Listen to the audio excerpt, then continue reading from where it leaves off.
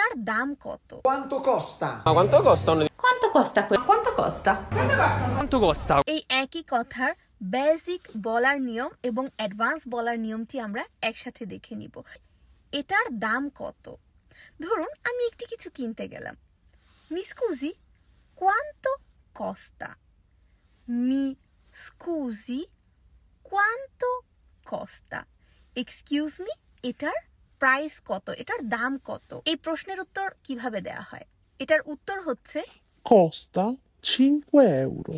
Costa 5 euro. মানে এটার দাম 5 euro, এটার দাম 5 euro.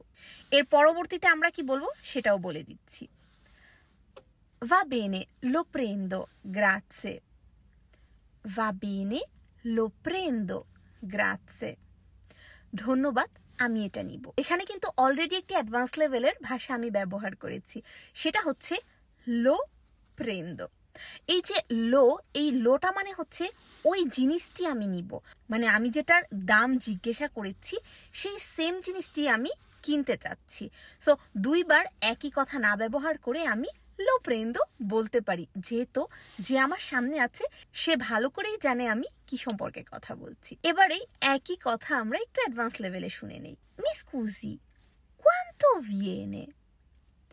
Mi scusi, quanto viene? খেয়াল করেছেন quanto costaর জায়গায় আমি quanto viene ব্যবহার করেছি।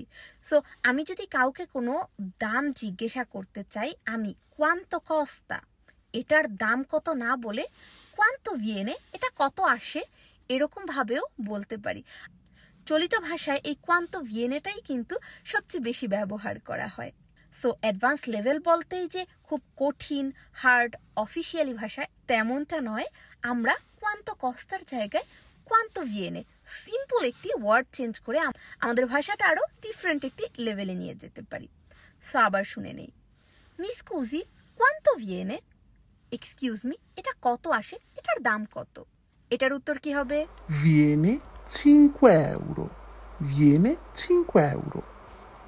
Viene 5 euro.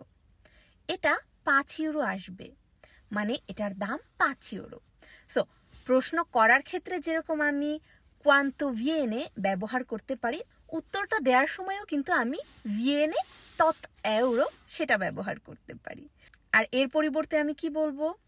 সেম ভাবে আমি বলবো lo prendo, grazie. আমি এটা নিব, ধন্যবাদ। সো এই ছিল আমাদের আজকের দুইটি ইম্পর্টেন্ট অ্যাডভান্স লেভেলের ইটালিয়ান ভাষা।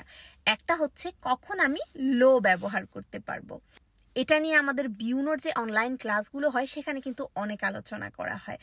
সো এত শর্ট একটি ভিডিওতে এটার ব্যবহারটি না বুঝাতে পারলেও ইনশাল্লাহ আমাদের ক্লাসে আমরা খুব সুন্দরভাবে বুঝাতে পারবো। আর দ্বিতীয় যে জিনিসটি আমরা দেখেছি সেটা হচ্ছে কস্তার জায়গায় আমি ভিএনএ ওয়ার্ডটি ব্যবহার করতে পারি। ধন্যবাদ সবাইকে এই ভিডিওটি দেখার জন্য, সাথে থাকার জন্য। যদি ভিডিওটি ভালো লেগে থাকে, প্রয়োজন মনে হয়, তাহলে শেয়ার করবেন। আপনার এই ছোট্ট শেয়ারের মাধ্যমে আরো অনেকেই উপকারিত হতে পারে। আসসালামু আলাইকুম, আল্লাহ হাফেজ সবাইকে।